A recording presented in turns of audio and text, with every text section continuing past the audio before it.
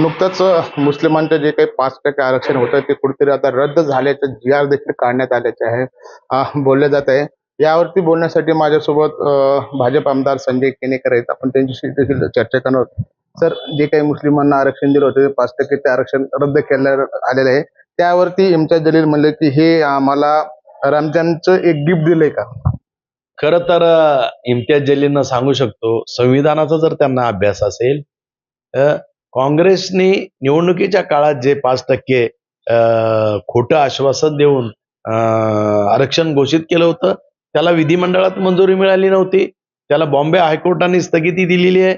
Bangkok हायकोर्टात ते टिकलं नाही आणि त्याच्यामुळं कालबाह्य झालेलं आरक्षण रद्द झालं हे म्हणणंच चुकीचं आहे. कालबाह्य होऊन गेलं ते आपोआप रद्द झालं, त्याला घोषणा करावी लागते. निश्चितपणे त्याला कुठलाच संविधानाचा अभ्यास नव्हता. संविधानाच्या संविधानामधून असलेल्या समतेला ते धक्का देणारं आरक्षण होतं. निश्चितपणे त्या आरक्षणाचा एक खरं तर आवळा देऊन कवळा देणं ही भूमिका काँग्रेसनं त्यावेळेस मुसलमानांबरोबर केली. मुसलमानांना फसवण्याचं काम काँग्रेसनं केलं आणि त्यामुळे निश्चितच जे काही सत्य आहे ते भारतीय जनता पार्टीने केलं. त्याचा निरटो चुकीचा पसरवण्याचं काम भारतीय जनता पार्टीबद्दल काँग्रेसवाले करताय आणि त्यामुळं हे चुकीचे आहे, ते कालबाह्य झालेलं आरक्षण. संजय भाऊ, मला सांगा, एकीकडे अजितदादाचं निधन झालं त्यावेळेस मात्र कुठेतरी त्या अल्पसंख्याक दर्जा मिळावा यासाठी त्या फायलीवर सहाय्य करण्यात आल्या.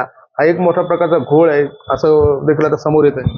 खरं तर त्याबाबतची चौकशी मुख्यमंत्र्यांनी लावलेली आहे आणि निश्चितपणे ज्या अधिकाऱ्यांनी चुकीचं ही घटना होताच त्याचा फायदा घेण्याचा प्रयत्न केला त्यांना खऱ्या अर्थानं म्हणजे कडक शिक्षा देण्याचं काम मुख्यमंत्री करते. दुसरी गोष्ट आहे की मालेगावचे जे उपमहापौर शायने हिंद यांचं म्हणणं आहे की ज्या टिपू सुलतानाचा फोटो लावणं हा संविधानिक आहे, त्यात काही गैर नाही आणि तो फोटो कोणी काढू शकत नाही.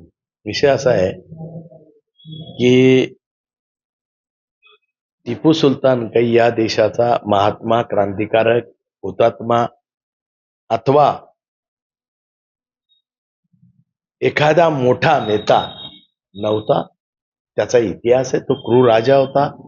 त्याने अनेक हिंदूंवर अत्याचार केले, हिंदूंचे मठ मंदिरे उद्ध्वस्त केली आणि त्यामुळे टिपू सुलतान हा काही या देशाचा आदरयुक्त महात्मा होऊ शकत नाही, क्रांतिकारक होऊ शकत नाही.